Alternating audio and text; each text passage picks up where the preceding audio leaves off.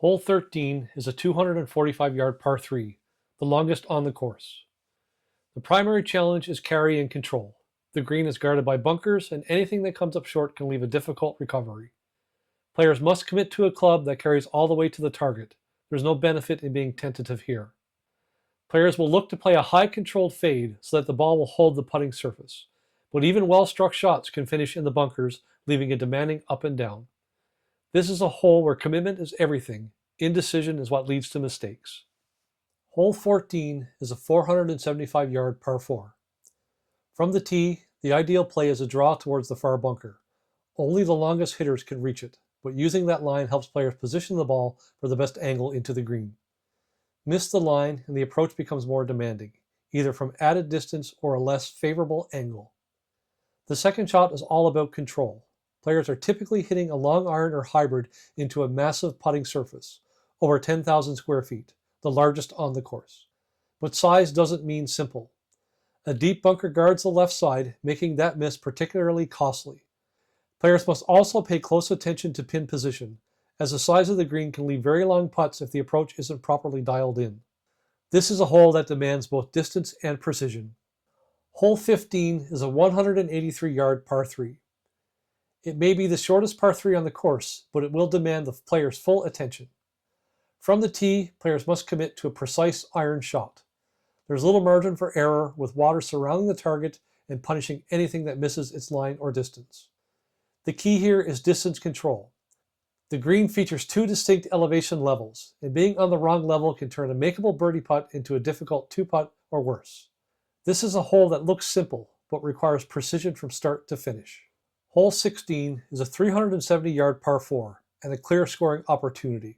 From the tee, longer players may consider driving the green, taking on the risk for a chance at eagle or an easy birdie. It's a 280 to 300-yard carry depending on the tee placement, so it's very possible. The other option is to position the ball right of the massive fairway bunker, setting up a controlled approach. Play out of position and the hole quickly becomes more difficult. The second shot is typically a wedge or short iron, but precision is critical. The green is surrounded by 6 deep, well-placed bunkers, and while they may look visually appealing, they are difficult to escape from. This is a hole that will invite aggression and can reward control. Commitment and execution of the tee shot creates a strong birdie opportunity. But mistakes can be costly. A mishit off the tee or a poorly judged approach can quickly turn this into a bogey or worse. Hole 17 is a 430-yard par 4. From the tee, this medium-length dogleg right offers a brief pause before the demanding finish, but it still requires a committed, well-placed drive. The ideal line is to carry the left edge of the right-hand fairway bunker, setting up the best angle into the green. Players who execute that line are rewarded with a clear look into a deep putting surface. Miss the position and the approach becomes more difficult, either from added distance or a less favorable angle. The second shot is all about distance control.